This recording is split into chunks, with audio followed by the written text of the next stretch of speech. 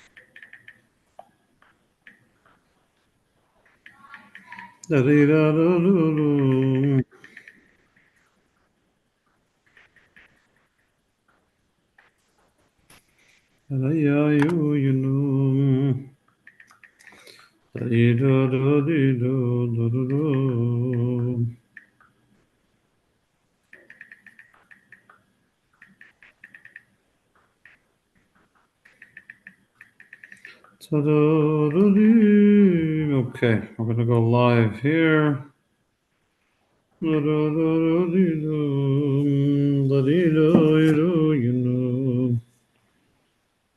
Okay, we're going live on Facebook. Noch a minute, we'll wrap this up. We'll get it live everywhere. Good evening,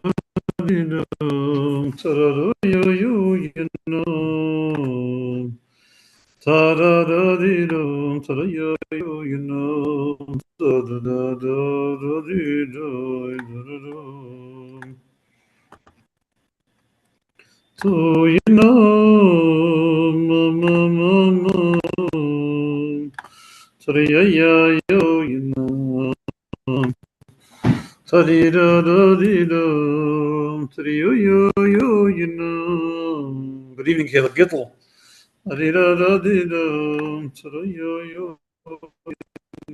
We're about to start my last share.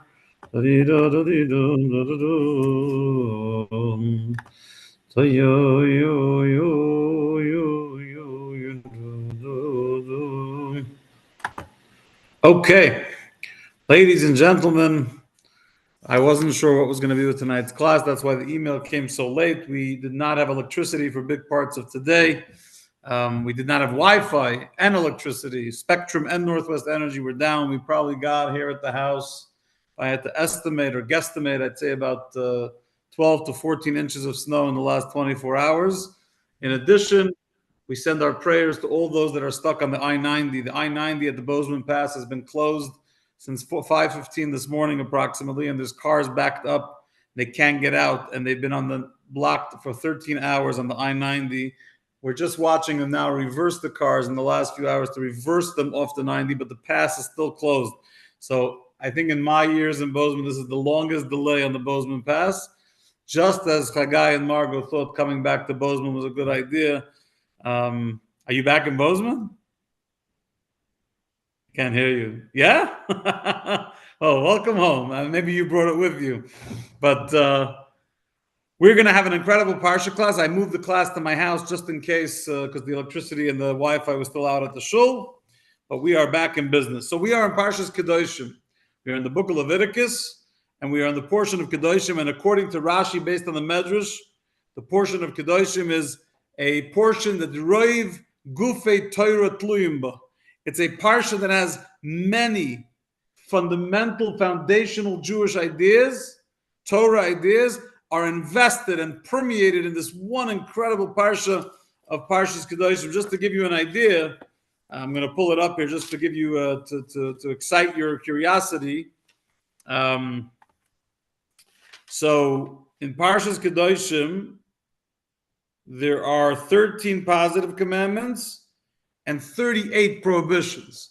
So of the 613 mitzvahs of the Torah, you have 51 of them in Parshas Kedoshim. It's a big deal.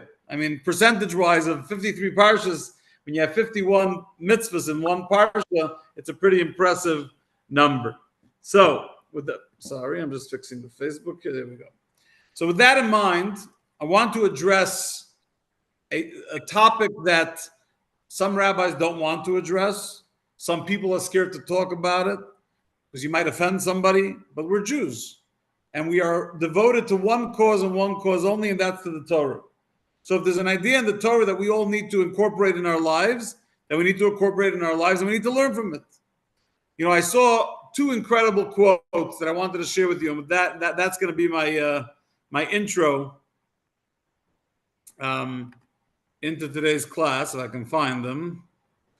Just a second, I had them here before. Let me pull them up.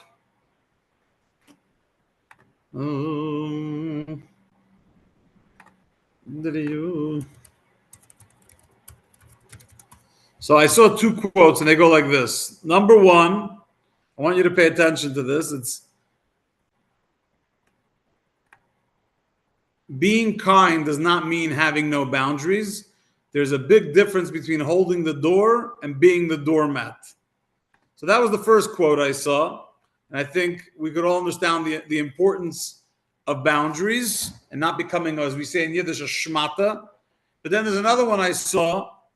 Let me just let one more person in. Evidently, everyone's running late today because of the weather in Montana.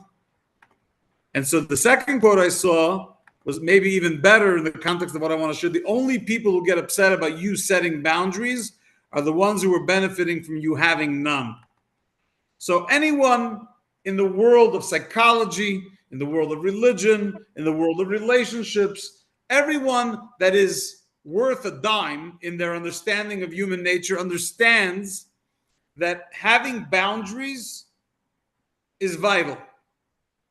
That doesn't mean you can't break down boundaries. Of course, there are certain boundaries that were created to oppress other people, and those boundaries need to be taken down. But not every time someone wakes up in the morning and says, I don't like these boundaries, and we're going to shut it down, we're going to take it down, does it mean that they're right? And just because they scream loudly, and just because they maybe even when they got a PhD in nothing, and they got a PhD in nothingism from Columbia, and then went on to babble about how they can break down boundaries that they created themselves, that doesn't mean that they're correct. And what I mean by that is very simple. There is a world that we have the honor, the schut, the merit to live in. And in this world, there are boundaries that are natural because God made them. Fire isn't water, and soft soil isn't hard soil, and well water isn't spring water, and men are not women, and women are not men, and a Levite is not a Kohen, and a Kohen is not a Levite, and a black person is not a white person, and a white person is not a black person.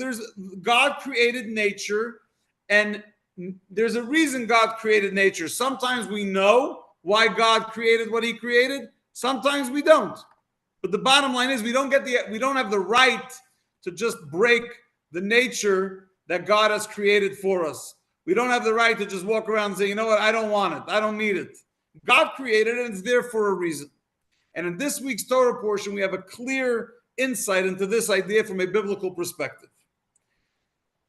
Towards the beginning of the Torah portion, in chapter 19, verse 19, it says as follows: You should not crossbreed your livestock with different species. You should not sow your field with a mixture of seeds.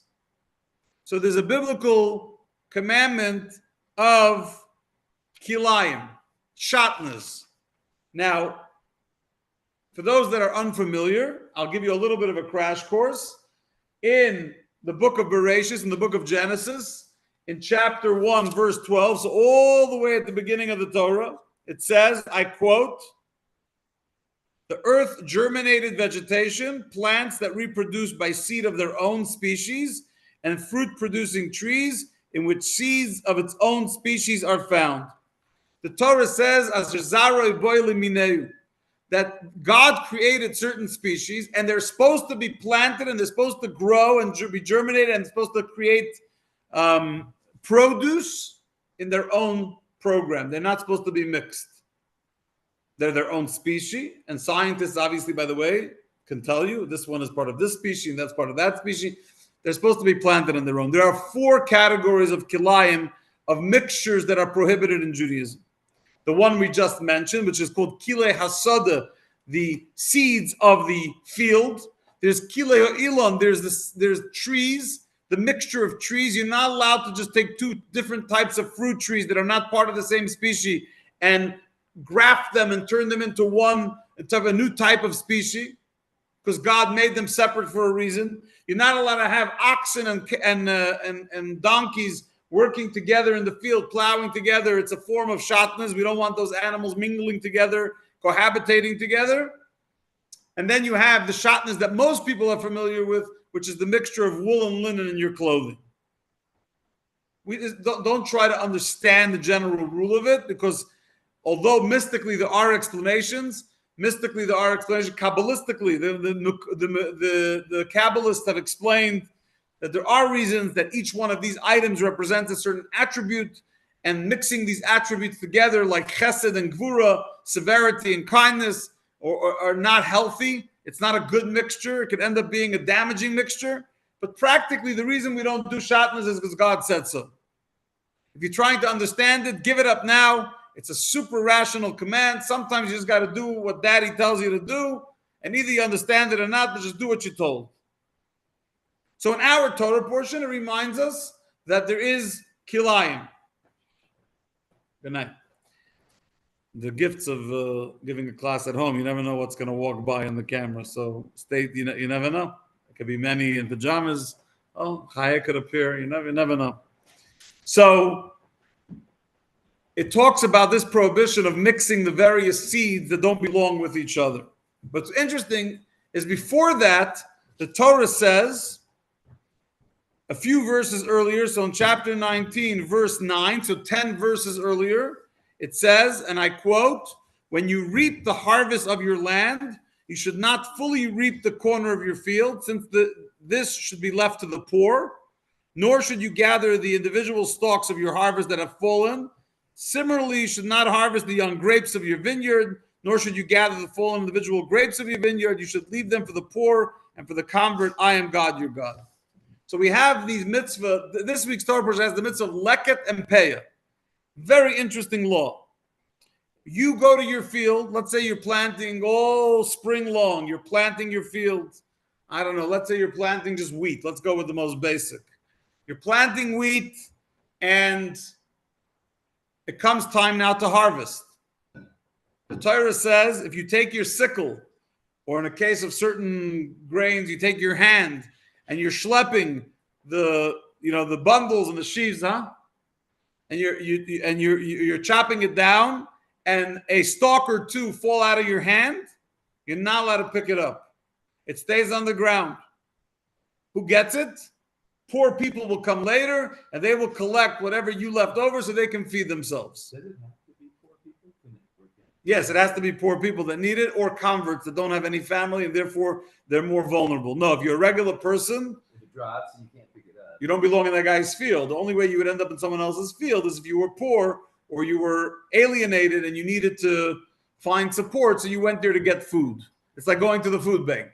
You don't end up there by mistake. You went there. You went there because you needed it, and now you take whatever he dropped, whatever the owner of the field dropped. In addition, there's peah. Peah is the corner of the field. So when you cut your field, you have to leave a little area of the corner of your field that you leave untouched so that the poor people can come and take from the corner. In addition to that, there's shikha. Not that you dropped a stalk. You left a bundle. You left an entire bundle by mistake for whatever reason. Whoopsie. It's not in our parsha shikha. We have leket and peah. Shikha's in a different parsha. The point is, all three of these cases, the food remains in the field so that the poor people and the vulnerable people can come and take for themselves, and they can do it with dignity. If you trip in it and you fall, Your problem. Don't trip. I'm sure halacha deals with it. I'm just saying, it's not. If it falls out of your hand, it's for the poor. And we do it with dignity so they can come to the field. And if you're a random passerby, you don't know if the guy is collecting from his own field or from the neighbor's field. He's working in the field. Meanwhile, he's collecting dinner for himself. And there's a whole system. What happens when there's too many poor people in the land of Israel? Right? Who gets first? Is it first come, first serve? There's many halachas. Actually, it says, Elu Dvarim. We say it every morning in our morning prayers. Elu dvarim she'en lahem shir. These are the things that have no limit, meaning there's no official number, there's no official measurement. And one of the first things we say is hapeya. There's no official number for how big that part of the field needs to be. But the sages have instituted that it's 1/60th. So it's a pretty small amount. Now, biblically, you could leave even a smaller amount, but preferably 1/60th of your field should be left for the poor person. Now, that's a separate, yes. So here becomes very interesting because I'm not going to share with you anything incredibly novel about the laws of Peah, Lekad, and Shekha, about the leaving the gleanings in the field, the corners of the field, the forgotten sheaves of grain, the forgotten stalks. And I'm not even going to tell you anything novel about Kilayim, about Shatnez. So what am I going to tell you? I'm going to share with you an incredible insight, and I always say incredible because it always is, from the 1970s, where the Rebbe asked the following question. In the order of things, the laws of growing food, growing vegetation, growing seeds come before the laws of reaping grain, harvesting grain. So why in our Torah portion does it first tell us about the laws of reaping, of Peah, the leftovers in the field, and only later tell us about the laws of Shatnez, of Kilayim, but how you should plant the seeds and not, God forbid, mix the different seeds that don't belong together? Seemingly, if you're a regular normal person, planting comes first, reaping comes afterwards. So why doesn't the Torah give us the laws in the order of how life actually happens? But well, here it's not about chicken and the egg. Here it's about every iota of Torah is perfect. So even the order of these verses is perfect. We just need to understand why. Why is the Torah giving us the reaping mitzvah before the gleaning mitzvah, before the sowing and the planting mitzvah? And so what the Rebbe says as follows. It's really, really, I mean, it's so important. And give me 5 minutes and you're going to realize how I go back to the point of boundaries. Because it's obviously very bothersome to all of us that there are people that are constantly trying to undo the fabric of nature the way God created it on every front. There's an affront today. Anything that we know to be true, because that's number one, it's the way God created the world, it's the way that God created human beings, it's biological reality, it's scientific, it's biblical, it's everything a normal person would think. But there's people out there that are trying to undo these systems, these natural creations the way God created them. So we must address it. What does it have to do with the order of stuff in our parsha? I will tell you. Nachmanides, here in our Torah portion, the great Moshe ben Nachmanides, who was the great Jewish sage in Spain and later made Aliyah in the 12th century and moved, he may have moved to Israel, it was already the 13th century. If you guys find the exact date, I apologize in advance. And he moved to Yerushalayim and eventually passed away in Yerushalayim, in Jerusalem. In Jerusalem, which is in Palestine. I made a mistake. I forgot. It's not in Israel. It's this place called Palestine that was invented 2 weeks ago. But anyhow, back to humor aside. Of course it was there. Nachmanides says that the reason why shatnez, mixing seeds, is prohibited is because God created a system. Certain seeds belong with certain seeds if they're part of the same family, species, of seeds. Esav Mazriya Zera, Eitz Pri, Eisa Pri Lamina, that applies to trees, it applies to plants, it applies to grain. There are certain grains that God created to be in the same family, and there's certain grains that are not in the same family. When you mix them together, you're creating distortion. By the way, I will note that it's fascinating that the Rambam, Maimonides himself, in the laws of agriculture, First, he has the laws of kilayim, of shatnas, and then he has the laws of reaping, of peah and leket. So he actually changes the order from the Torah because he goes based on the order of how it works in real life. And in real life, first you plant and then you reap. But over here, we have reaping before planting, and the question is why. So Nachmanides says that any type of mixing of plants, any type of mixing of seeds is going against the nature which God embedded in creation, that certain seeds belong with certain seeds and certain seeds don't belong with those seeds. There's a separation that goes for vineyards, it goes for fields, it goes for trees, it goes for people. You don't mix certain breeds that don't belong with each other.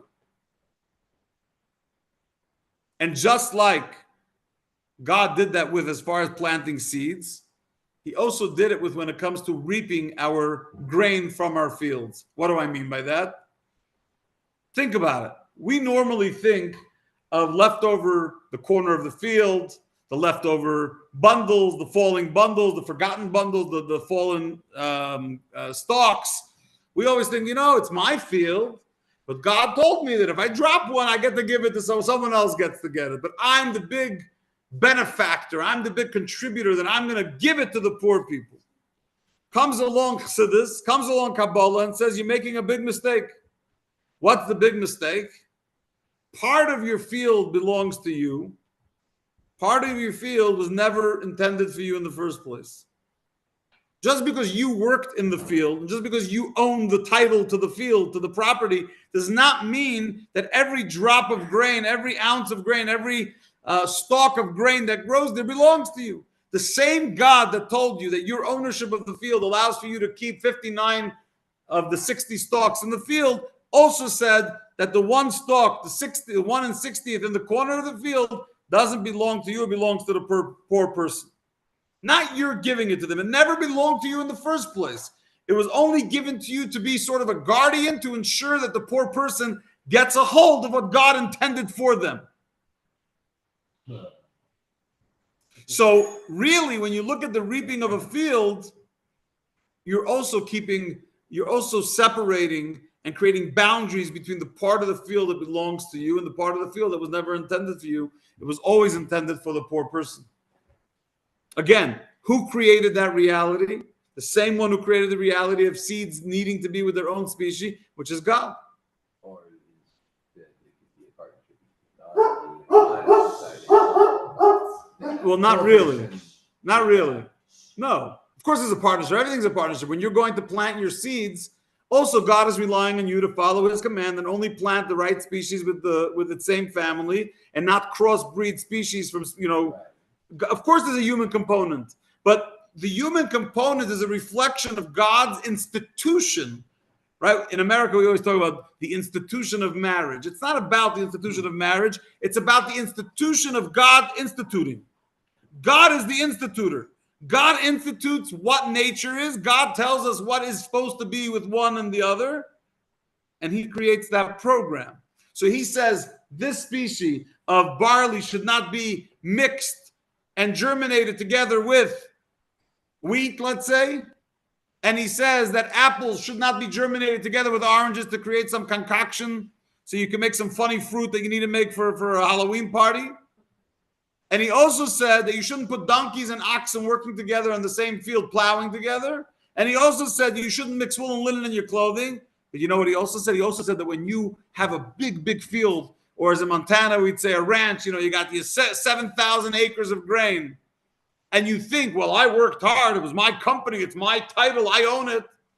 Therefore, it's all mine. And in my graciousness, I'm such an amazing, stupendous, super duper person. I'm going to give some of it to the poor because God told me to. You're missing the point.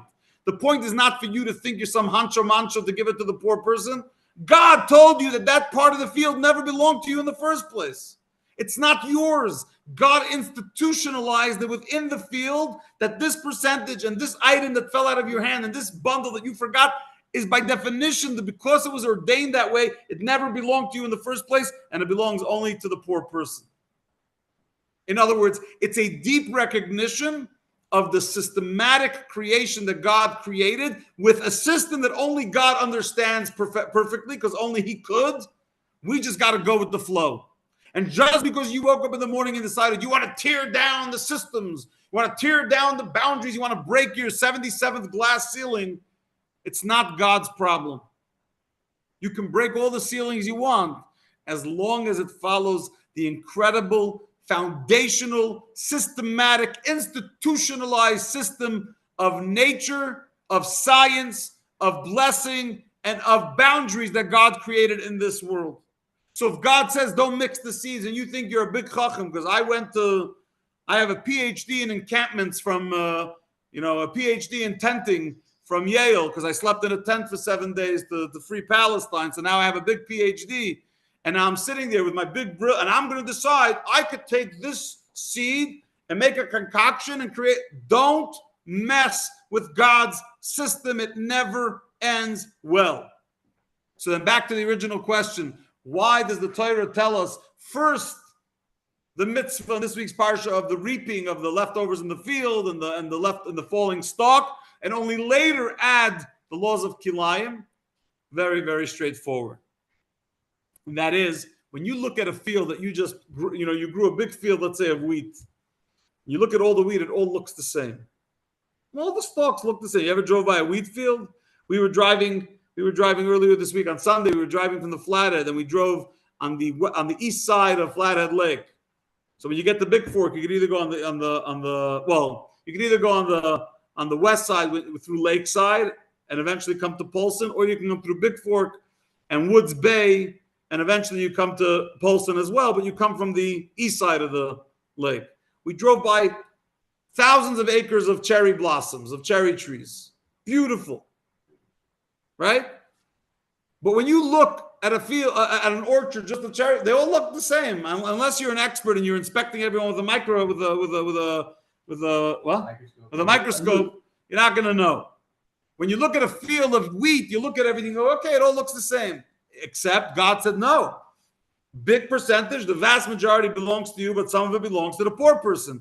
Even though you can't see a physical difference between the two, it's a spiritual difference. What do you mean? God dictated some belongs to you and some belongs to the poor person. There's no visible difference between the two types of wheat. It's just a decision by God, embedded in nature by God, of which part belongs to who. That comes first. Then comes the laws of Kilayim. Kilayim, you could tell the difference. There's some species and a different species, and you look at the difference and you can see the difference. They're two different species. So over there, you can already see a tangible physical difference between the two different types, between the wheat and the barley, between the apples and the oranges, between the cow and the ox and the donkey. You can see the differences. So that's why the Torah first tells us about the spiritual differences, because everything in the physical world is a offshoot. It's a reflection of what goes on in the spiritual realm. So once we can understand that there's a spiritual boundary, and boundaries aren't negative, that what make the world go round, that what to make the world be healthy is that there's boundaries. Like I said earlier, what was that quote? The only people who get upset about you setting boundaries are the ones who are benefiting from you having none. That's who doesn't like boundaries. People who want chaos. People who want to use other people. People who want to abuse other people. People who want to, like communists and socialists, they want to take you over, right? Oh, no, we want equality for everybody, except some more than others, right? The reality, what happens with that is that in the name of equality, the people who are very good at what they do end up doing super well. The ones who are less talented end up failing, and they don't have the people who are doing well caring about them to guide them to do better, because everything's the same. We're not going to embrace people's uniqueness. We're not going to embrace people's unique talent. We're not going to put on a pedestal what people have to offer, and those breaking of boundaries end up, any way you look at it, breaking down the boundaries of God that God instilled in creation is a disaster. So the Torah tells us, listen, there's spiritual. You have to know that boundaries come from God. It's not a man-made mechanism. You can't sit at Princeton and decide what boundaries of God you do accept and which you could do that. But from a Jewish perspective, it's ichucha v'tlula. It's insanity. It's topsy-turvy day. You don't get to create the systems. God created those systems. You get to live with the systems, you get to celebrate the systems, and you get to recognize the incredible gift that is those systems.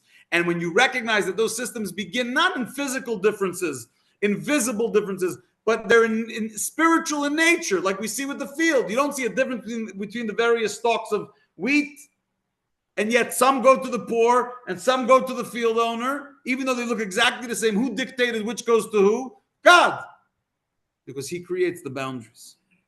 And I mean, it's not a foreign concept in Judaism, because some of you may recall in the book of Numbers, which we're going to learn later in the summer, the book of Bamidbar, we have the sad or incredible, awe-inspiring or depressing, however you want to refer to it, the story of Korach and his rebellion. And Korach, the rebel who went against Moses and Aaron, he comes to demand equality. Right? He was demanding that everyone's holy. Why should the Kohen and why should the priests, the Levite family, which he was part of, Korach, be any better? And what ended up, what he failed to understand, and we're giving him a lot of leeway here to say that he failed to understand, is that when you try to create unity by breaking down all boundaries, it doesn't bring unity, it brings the opposite. Unity that is based on breaking down people's uniqueness makes people feel less of themselves. And when people feel less of themselves, they have a greater tendency to be jealous, to be nasty, to have animosity towards others. And it creates an incredible discord amongst human beings.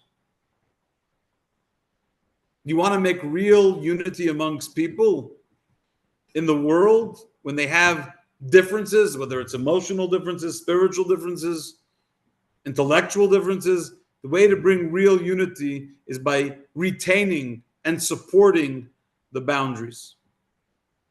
That's how each person can keep their uniqueness, and they could enjoy each other's company because they each have something to learn from the other, because they feel good about themselves, they recognize their uniqueness, and they have something to offer.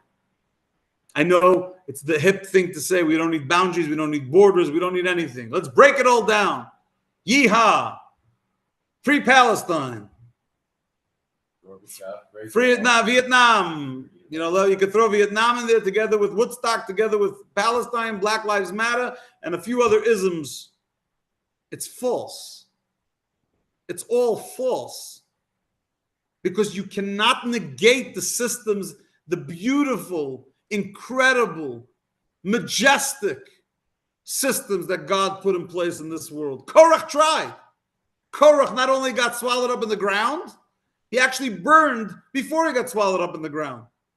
There was two groups of people in Korach's rebellion. There was the 250 leaders, and they burned. The 200, yeah, I'm sorry. There was the 250 people, and then there was Dasan and Aviram, the regular guys. So the 250 did not, the 250, they burned.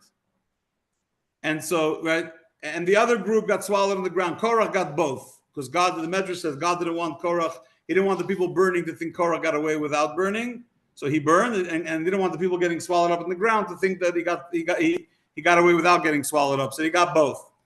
But the point is, a society cannot function when we think we're smarter than God. And that's really the dilemma that our society is dealing with. It's not about Israel, and it's not about Palestine, and it's not about transgenderism, and it's not about homosexuality, and it's not about feminism, and it's not about war and peace. It's not about nuclear arms. It's none of that. The greatest challenge to society the way we know it is with professors with lots of titles who are indoctrinating youth to think, to falsely believe that the systems that God created are optional. They are not.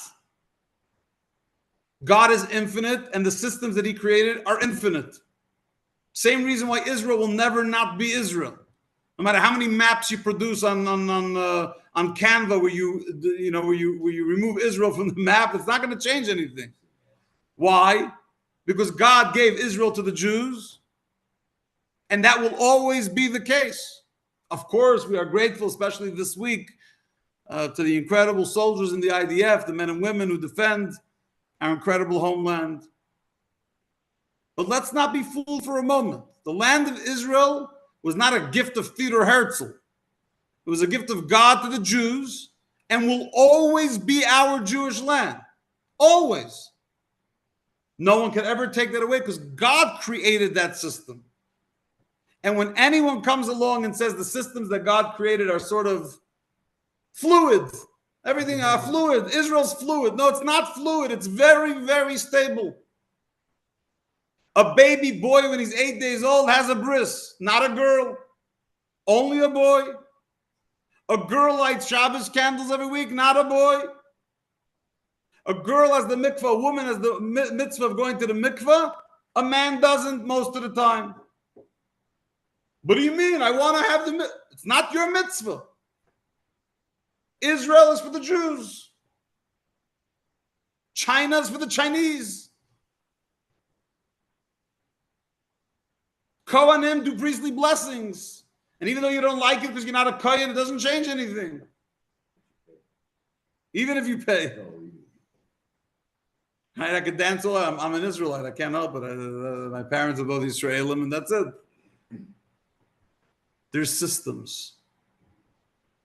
And anytime you hear someone screaming, let's break them down, it means that they want to use their rebellion or their anarchy to take you down and make themselves bigger. They don't want to take themselves down. They want to break the boundaries down because somehow in their warped mind, in their twisted understanding, they think that if they can be the new God, because they've erased God, so now they are the new God, they can somehow break the boundaries down just enough to put them in charge and put you beneath them. Which is why you can hear people screaming, right, that they're anti-genocide while screaming death to the Jews and 10 seconds later. I'm confused. I thought you were against death. Because it's not about being against death. They want to choose. They want to be the God to choose who gets to live and who shall die. Except on Yom Kippur, during the Sana Tokef, we say who shall live and who shall die, and that God makes that decision, not us. And that's the point. That's the point of everything I shared tonight. Don't live in a world of shatnas. Don't live in a world where you're mixing species that don't belong together, meaning don't live in a world where you can live in this false reality that somehow you have the ability to change the structure and the institutions and the beautiful tapestries of nature that God embedded in creation. A, it will never work, and B, in the process, you will create a lot of damage to the beautiful world that Hashem has given us. And why would you want to damage something so beautiful? Why would you want to damage such beautiful creations, human beings, right? Think about it. Think about your body and the molecules and the sinews and the veins and the cells in a body to make you function. It's an incredible miracle. Why mess with it? Why ruin it? God knew exactly what he was doing. Stop messing around with his plan. Stop thinking you have the ability to do so. It never worked before. Not with Trotsky, not with Koirach, not with Norman Finkelstein, not with Noam Chomsky, not with George Soros. It never worked. You will never succeed in destroying the fabric of creation the way God intended, no matter how many billions of dollars. You can try, and you can warp a lot of minds, but in the long term, you are going to be a massive failure. Because as today proved to us right here in Bozeman, when God wants you to be stuck on the 90, you're going to be stuck on the 90. Right? 4 years ago, God wanted the world shut down, and chick-chock, it shut down. God runs the show. He's the fabric. And the more we learn to talk like that, someone says, hey, what's about Israel and Palestine? I don't know. God gave Israel to the Jews. Let's move it on. What do you mean? I'm sorry. He didn't give it to you. He gave it to the Jews. I'm Jewish. He gave me Israel. How's that for an answer? I don't have to debate with you about the Balfour Declaration, about the British Mandate, about the Ottomans. Let me just tell you a fact. God gave it to me, and sei mir gesund. But Rabbi, can a woman have a bris? No. In other religions, women have mutilation. Not in Judaism. In Judaism, a boy gets a bris. It's Islam. They circumcise women too. You didn't know that. Do your own research. In Judaism, we don't have that. In Judaism, we have a bris for a boy. You don't like it? Too bad. But Rabbi, I want to be able to go to the mikvahs for the woman. You don't like it? Too bad. There's a system. You want to mix wheat and barley? God said no. You want to mix cows, oxen, and goats, and whatever, oxen and donkeys? God said no. You want to mix orange and apples? God said no. You want to mix wool and linen? God said no. You want to mix Kohanim and Leviim and Yisraelim? Sure. You can mix it all together as long as you let everyone be unique in their own way, the way God intended for them to be. And then you create real unity. Your success and your abilities and your talents and your uniqueness doesn't offend me. It makes me want to be near you because I don't have your uniqueness. I have my uniqueness. And now we can come together and be partners in making this world an incredible place. And we don't hate each other for it because we realize we each have something to offer. But if we take away everything that everyone has to offer, we all feel like a bunch of losers. And losers don't do well because we have a low self-esteem and we end up hating everyone. And the world looks like a very vitriolic place. When you look at those encampments, you don't see love. You see miserable people. Forget about hate. Before they got to hating, they're just miserable. The most unhappy, miserable human beings you'll ever meet. Why? Because they don't love themselves. They don't celebrate themselves. They don't think they have what to offer. Because they were busy spending their first 20 years being told that they're a nobody, that the boundaries don't mean anything. If they were told that there's boundaries, and therefore you have this to offer, and you have this to offer, and God created you this way, and God created you that way, then they'd have a healthy self-esteem, and they wouldn't have to sit in a tent screaming words that they don't know what they mean in order to feel good about themselves. So the bottom line is tonight, as we learn Parshas Kedoshim, we must remember that it's every time it's been tried, it's failed. And the more we learn to recognize the systematic institutions of nature that God embedded in the world and celebrate it and recognize it and follow it, we will be better off for it. The world will be better off for it. Our children and grandchildren will be better off for it. And the world will be a healthier, more wholesome place of normal, sane, ethical people who don't need to bark at police officers in order to feel good about themselves. And with that, I wish you all a Gesetz the week. It should be a wonderful week. There's a way to set up a Zoom. You should have a wonderful week. If you're in Montana, stay dry, stay safe, duck, and we'll see you back here, Bezrat Hashem, next week. Sei gesund.